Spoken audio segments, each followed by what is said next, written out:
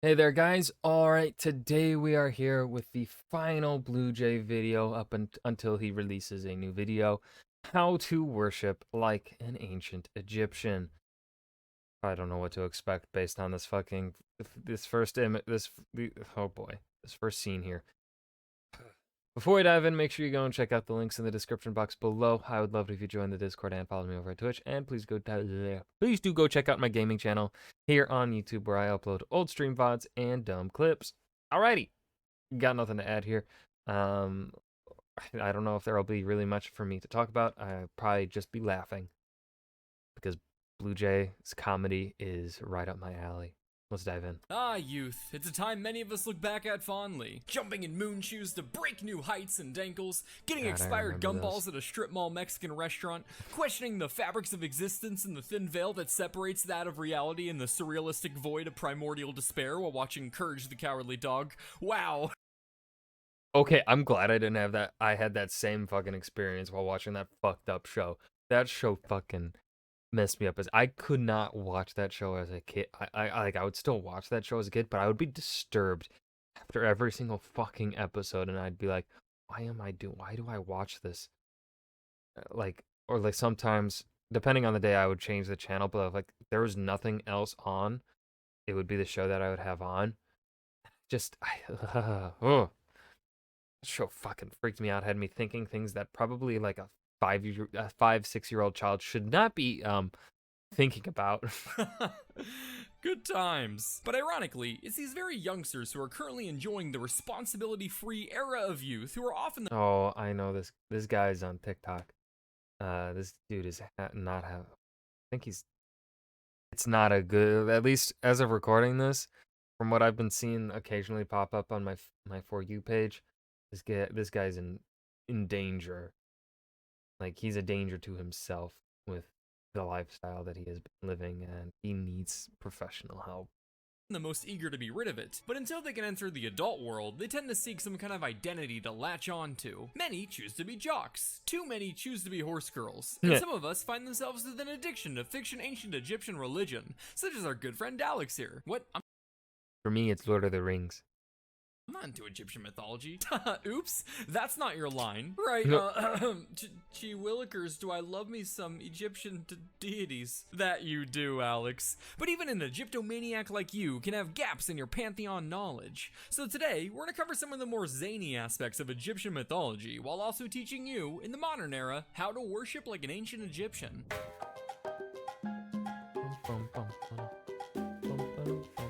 It was hard reading about so many gods. Ew, yeah.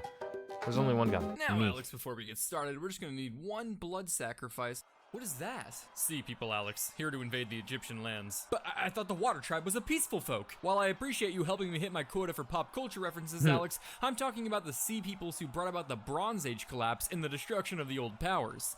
It remains a mystery to historians as to what the nationality of these fabled warriors was.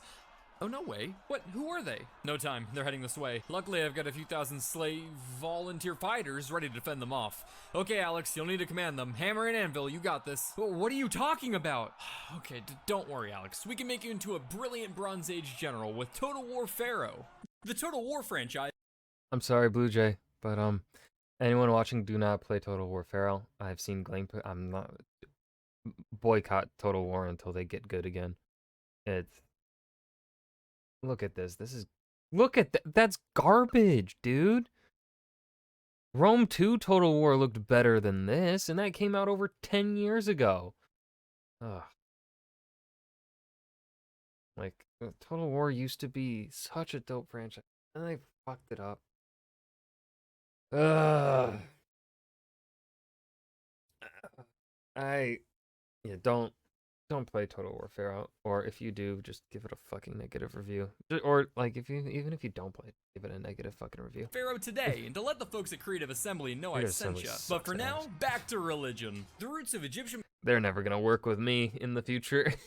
mythology can be traced all the way back into prehistory, meaning before our moist sacks of folded tissue we call a brain figured out how to rub a stick on the wall. With all that time, you can really imagine the amount of layers the Egyptians were able to pack into their religion. So they didn't just have one boring god, but a plethora of them. Oh my Jesus God. Christ!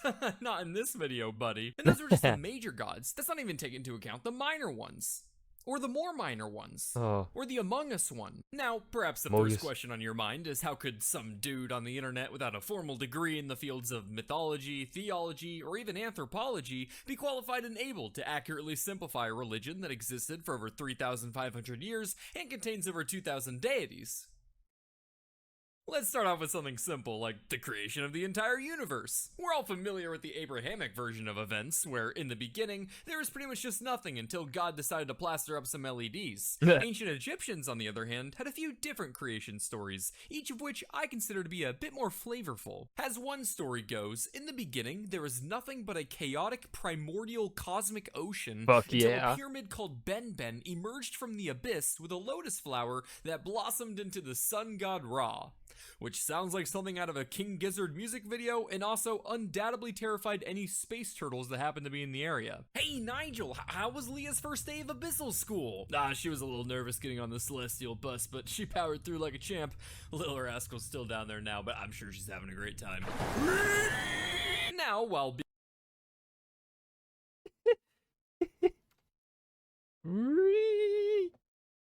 Rascal's still down there now, but I'm sure she's having a great time. Now, while being the first and only thing in the universe is cool and all, it also really limited the amount of stuff there was to do. But hey, this is a god after all, so if anyone can find a way to keep themselves entertained, it's him. Well, time to go beat the bishop, and from his, wow, you're not gonna make this episode easy, are ya? Through making the bald man cry, the twins Shu and Tefnut were born. After this, Ra started to cry, which I'm sure many of you gents can relate to, and humanity was created from I did that about 5 minutes before recording. his sweat and tears, and thank God the fluid stopped there. Tefnut and Shu then had offspring themselves, and with who you might ask? Well, right now we're up to 3 existing things, and one of them tends to be preoccupied in his room, so do the math. They gave birth to the god of the earth, Geb, which was one letter off from making my day, and the sky goddess Nut, whose name really foreshadows the theme of Egyptian mythology. These 2 siblings then had kids, with who, again, do the math. Now we're really starting to rack up a big list of major deities with a shocking amount of shared genetics that would bring a tear to any British monarch's eye. But hey now, you're a teenager with an obsession. That means you've got to be quirky and different, and knowing just the most well-known aspects of Egyptian mythology won't cut it when you try to flex on online forums. So let's do a little speed run on some of the major gods and how to worship them so we can get to the fun stuff. At the top, we have the aforementioned Ra, but depending on the place and time, he could be named Re, or Khepri, or Atum, or Amun, or if you place a fusion card, Amun Ra, or Atum Ra. Are they the same god? Yes. But are they different gods? Yes. What? Questions are for the weak, Alex. Just smile and build some triangles. Despite what you think, this dude dripped out with a feather is not Johnny Depp, but in fact, Shu, the god of light and warm air. He was responsible for holding up the entire sky, so Egyptians thought clouds were his bones, whereas today, we now know they're actually chemtrails. He was worshipped through stuff like prayers and hymns, but since the bar is just hot air and cool feathers, you can just go to Burning Man. Tefnut is the goddess of moisture, which is just a weird way to put it. She's interesting because her name could be onomatopoeia for the sound of spitting, with the translation itself potentially just being she who spits. Oh. Disgusting. Shit. Punish the blasphemer! The Egyptians weren't even subtle about it either. In some temples, her name could be found written on the walls as just a pair of spitting lips. As such, you already inadvertently worship her today when you use any of these emojis or when you rage quit a Call of Duty match. For as the ancient proverbs go, spitters are quitters. Geb, god of the earth, was a real chill dude and was often just depicted lounging around. Looks like he's got himself a little romance going on. Who's that? His sister, Alex. Did you really have to ask? Anyway, it was said that earthquakes were caused by the tremendous power evoked by Geb's laughter. Hello, Heliopolis! How we doing tonight? Wow, what a crowd, what a crowd. We even got some Greeks here. Crazy you guys found the time between naming every city after your teenage king. Let's see, what's up, man? What's the problem? Hey, Geb, what are you doing here? Heard you're a funny man. Came for the jokes. Let's hear one. Are you sure? Are you sure you want crops this year? Sit down. Okay. So there are some who say there aren't any crocodiles in Egypt. But I think they're in denial. Denial. Like the river. Oh, that was good. That was good. Well, if you'll excuse me, I gotta go catch a show in Fukushima. Set was the god of chaos and had the body of a man and the head of some animal that no one's been able to figure out. It's called the Set animal, and theories range from dogs to aardvarks to even giraffes and pigs, which, no, he was. I mean, it kind of. We look at the. It kind of looks like it could be a dog. Though. I mean, yeah, with the proportions of the body to the leg, I feel like that best lines up with a dog. He was jealous of his brother Osiris, who wore the big boy sandals as ruler of Egypt. So, in his natural bad boy chaotic fashion, he put together a little ruse for his brother. Hey, Osiris, buddy, come here. Listen, man. We've been having this contest. I'll tell him. We've been having this contest to see if anyone can fit into this super cool coffin. And so far, no one's been able to win, dude. No one's been able to win. But I'm saying, my boy Osiris here, he knows how to fit into things real good. I know about you and my sister, but anyway, why don't you give it a shot, man? I know you could do it. Set tricked Osiris at a party and trapped him in a coffin, threw it in the Nile, and returned days later in a rage to cut up his dead body into a bunch of little pieces and spread them throughout Egypt. And then he became the king. Hey guys, so Osiris is feeling a little under the weather, so I'm gonna be Pharaoh now. Oh, but I guess he'll be back soon then? Hey, listen, there's this super cool coffin. Isis was the goddess of magic and sister wife of Osiris. After Set cut up her boy toy, she figured it probably wasn't good PR to have her king husband's body parts scattered across the country like some morbid game of geocacher, so she set off to collect the pieces. After a traumatizing and quite literal scavenger hunt, she was able to find every piece. Except for one. Can you guess what it was, Alex? Assuming from the love theme, his heart? No, this is Egyptian mythology, not Shakespeare. She was missing his cock. The divine member had been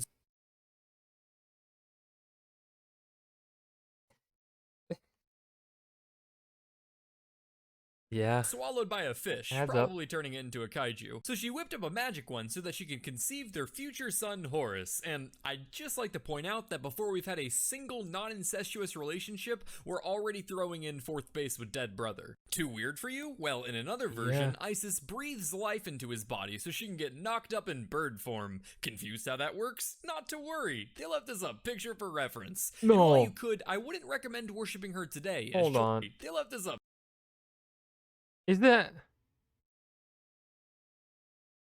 No. picture for reference. And while you could, I wouldn't recommend worshiping her today, as joining something called the Cult of Isis would send a very different message these days. In the beginning, Osiris became the first pharaoh of Egypt to give humanity direction and guidance after noticing how uncivilized they were. Honey, have you seen humanity lately?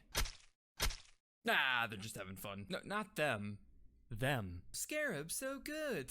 Gang, yes, my pharaoh, yes, my pharaoh. After his little dismember adventure, he became the god of the dead and ruled over the underworld, which they called Duat. Egyptians believe Duat to be in the west, where the sun set, which means, contrary to popular belief, they most likely were the first civilization to discover the Americas.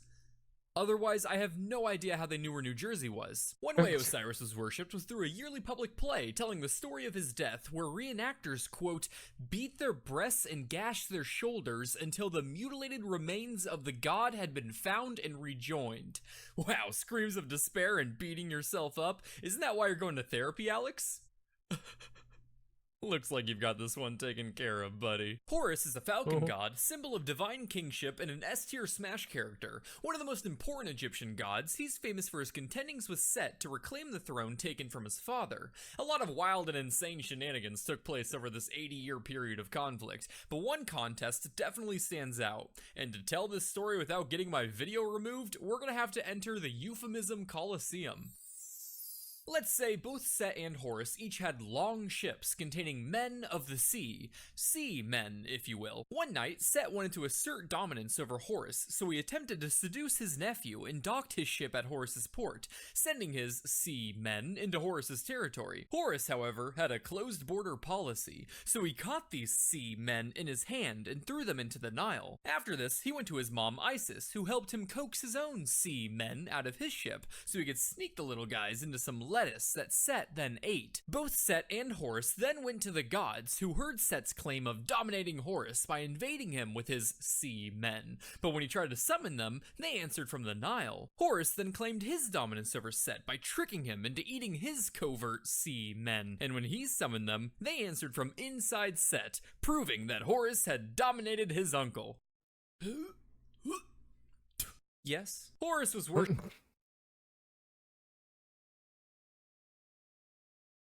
Oh, I need a second. I need a second. That's fucking disgusting. That's Worshipped in many ways, but to keep it simple, just make sure the next time you're eating a salad to give an extra squirt of ranch in honor of our Egyptian top G. No. Anubis, the god's goodest boy, was the jackal-headed god of mummification in the dead. Like any good pupper, Anubis guided souls to the afterlife in the Hall of Truth. The soul would then recite the negative confessions where it swore it had not committed certain sins, before weighing its heart on a scale against the feather of truth. Have you sinned against men? I have not. Have you oppressed kinsfolk? I have not. Have you spent over $100 on Destiny 2 DLC? Well, only if you account for inflation. Wait. If they passed, they enjoyed eternal life in the field of reeds, but if not, their heart was thrown on the floor and eaten by the crocodile-headed goddess Amit, the devourer of the dead, erasing their soul from existence. In honor of Anubis, it was common for priests to wear jackal masks during funeral proceedings and mummifications. Okay, let's get this show on the road. Oh, like Anubis. Right. But do you know what you're doing? Don't worry, I do this all the time. Okay, let's get this hard out. What are you? It's tradition! But while mummifications are a little hard to come by today, don't you worry, Alex. There are whole conventions dedicated to this kind of worship these days. No. Okay, this is getting long. Let's see who else we got here. Nephthys was the sister wife of Set and goddess of healing and protection, but also death and decay, just to keep you on your toes. You can Nice. hire professional mourners to play the part of her and her sister Isis to hysterically cry and scream at your funeral, so it seems like someone loved you in your life, even if we both know that's not true. There's Thoth, the ibis-headed god of, you might want to get comfortable, the moon, wisdom, knowledge, writing, hieroglyphics, science, magic, art, and judgment, who is also credited with creating art, writing, the calendar, and controlling space and time. Being a god with his fingers in more affairs than Blackrock, he was very respected by the Egyptians, who honored the god by sacrificing and mummifying ibises by the millions. There's the moon god Khonshu. He appears in something called the Cannibal Hymn, which is metal as hell, but for more, just go watch Moon Knight. Sekhmet, a solar deity, almost killed all of humanity until she got too drunk drinking red-colored beer that she mistook for some nice, refreshing blood, as one does. Bastet is a cat goddess in the calm version of Sekhmet, whose worship provided the means for the first recorded instance of psychological warfare, which I covered in this video here. So, those were some major gods. How you holding up, Alex? To take the fursuit and the ranch with the Burning Man tickets? Please, can you cry at my wedding? Funeral? Funeral! Shit! Yes! Wait, do you eat my heart? Looks like you've got this down pretty alright, buddy. Let's move on to some of the lesser-known rascals. Wait! Ancient Egyptians followed what I like to call the 34th Code of the Ancients, or Rule 34 for short. No. If it exists, there's a god for it. Fabrics and clothing? Step aside, Zara. The 26th day of the month? Sure, fuck it. My ex-wife? They've got her covered. Because of this abundance, no matter the problem, the Egyptians had a god to turn to, including the ones of the bedroom variety.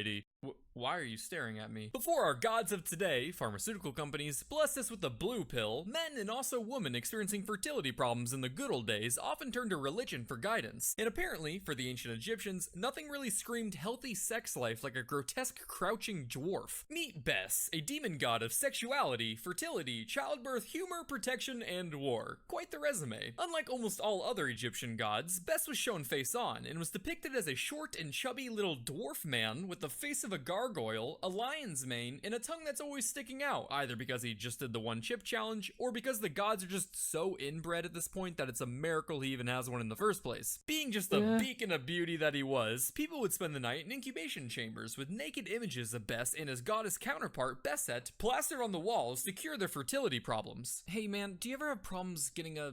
you know. Say no more, my friend. I've got just the room for getting in the mood, so to speak.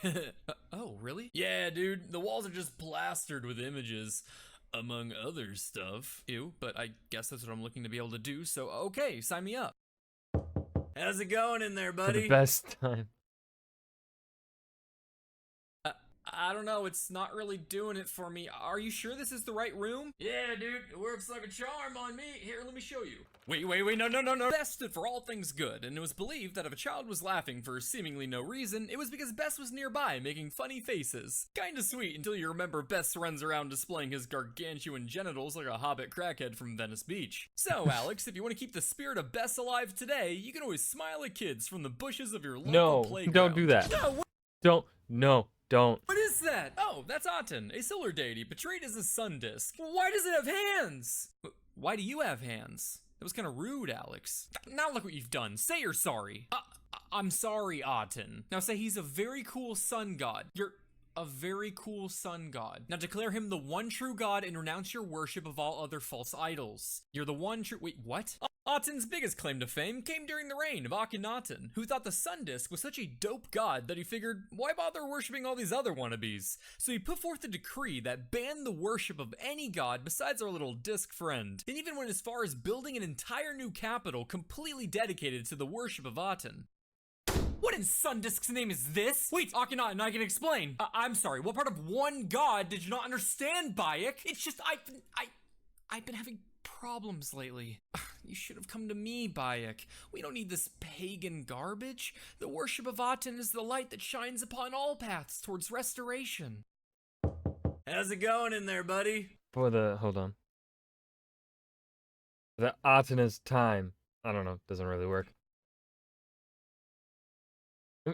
I don't know, it's not really doing it for me. It's all about the hands, dude. Here, let me show you. Not again! Scholars argue that this Atenism was the first recorded instance of monotheism in history, with Sigmund Freud himself even claiming Atenism influenced the founding of Judaism. I can make an entire video on this guy, but in short, it turns out telling a deeply traditional group of people to drastically alter their identity carved from thousands of years of customs is a challenge that not even a god king can easily pull off. And it offended the Egyptian people so much that after Akhenaten's death, they attempted to erase any trace of his name and family from history. At first, you probably don't bat an eye at this, what with the CCP and Soviet Union having practiced people erasing all the time. But keep in mind, the Egyptians believed the soul was made up of several parts, one of which was called Ren, or a person's name. They believed that so long as a person's name was written down or remembered, it would help preserve their existence in the afterlife. So, by striking any mention of Akhenaten from history, not only were they trying to forget such a crazy attempt to reform culture,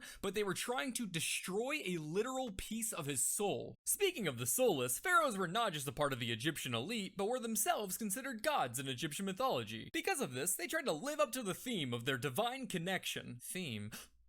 You don't mean. That's right, Alex. Egyptian pharaohs were often inbred to emulate the gods as well as to maintain their sacred bloodline. It's all set. Ready for your marriage ceremony, sire? What's he thinking? There's no use guessing. His divine omnipotence is beyond our comprehension. Does this? Yes.